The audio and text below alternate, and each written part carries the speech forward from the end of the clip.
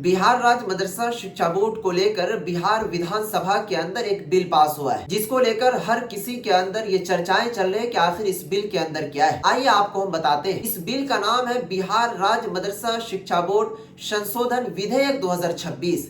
इसमें कौन कौन से चीजों के ऊपर जिक्र किया गया है, पूरी तफसीली गुफ्तगू हम इस वीडियो में करेंगे। लेकिन उससे पहले आपसे हम एक छोटा सा अपील करेंगे, अगर फेसबुक पर देख रहे हैं तो पेज को जरूर फॉलो कर लीजिएगा और यूट्यूब पर देख रहे हैं तो चैनल को खुदारा जरूर सब्सक्राइब कर लीजिएगा, क्योंकि यहाँ पर आपको बिहार राज्य मदरसा शिक्षा बोर्ड की पल पल की खबर और अपडेट दी जाती है। सबसे पहले देखिए, इस बिल के अंदर आसान भाषा में समझने की कोशिश कीजिए तो मदरसा बोर्ड यानी कि बिहार राज्य मदरसा शिक्षा बोर्ड का जो पावर है उसको बढ़ा दिया गया है और जो मदरसा प्रबंध समिति हुआ करता है उसके पावर को घटा दिया गया है, में भी अब चेंजेस कर दिया गया है। एग्जाम्पल के तौर पर अगर मैं बताते चलूं, सबसे पहले ऐसे समझिए कि पहले जो मदरसा के अंदर जो शिक्षक या फिर मौलवी हाफिज कार्य कर रहे थे उनको बर्खास्त करना होता था, हटाना होता था, तो वो मदरसा प्रबंध समिति के ऊपर था कि किसको क्या करना है। लेकिन दोस्तों अब इस नए बिल के अनुसार इस कानून को छीन करके डायरेक्ट जो है मदरसा बोर्ड को कर दिया गया है। यानी अगर किसी भी शिक्षक को हटाना होगा, बर्खास्त करना होगा, तो अब डायरेक्ट वो बिहार राज्य मदरसा शिक्षा बोर्ड करेगी, न कि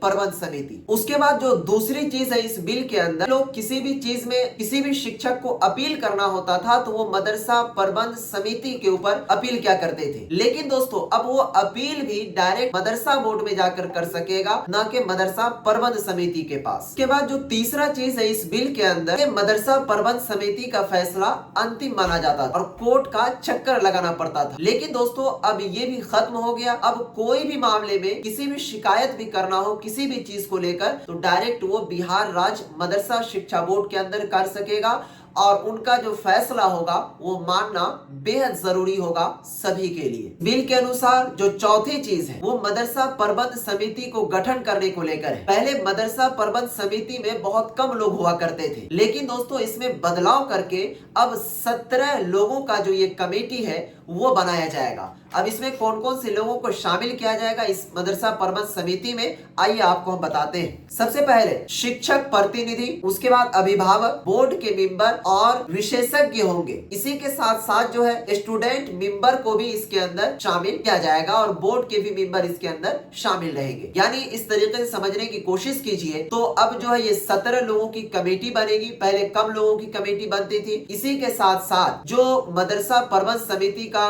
कानून हुआ करता था वो अंतिम रूप से माना जाता था, अब इनको भी खत्म करके वो बिहार राज्य मदरसा शिक्षा बोर्ड को चले गया। इसी के साथ साथ जो शिक्षक कर्मी शिकायत को लेकर मदरसा प्रबंध समिति के पास जाते थे, चक्कर लगाते थे, अब वो भी चीज डायरेक्ट मदरसा बोर्ड में जाकर करेगा। इसी के साथ साथ किसी भी शिक्षक को बर्खास्त करना हो या फिर हटाना हो या फिर कोई ऐसा जुर्म हो जाए किसी से तो इनके ऊपर भी कानूनी कार्रवाई वो बिहार राज्य मदरसा शिक्षा बोर्ड करेगी, न कि मदरसा प्रबंध समिति। तो डायरेक्ट अगर खुलेआम आप समझने की कोशिश करें तो इस नए बिल के अनुसार बिहार राज्य मदरसा शिक्षा बोर्ड के पावर को बढ़ा दिया गया है और मदरसा प्रबंध समिति के पावर को घटा दिया गया है। खैर, ये मामला कैसा लगा आपको जरा सा जरूर बताइएगा और इस बिल के बारे में आप क्या कुछ कहना चाहेंगे वो भी जरूर कमेंट कीजिएगा।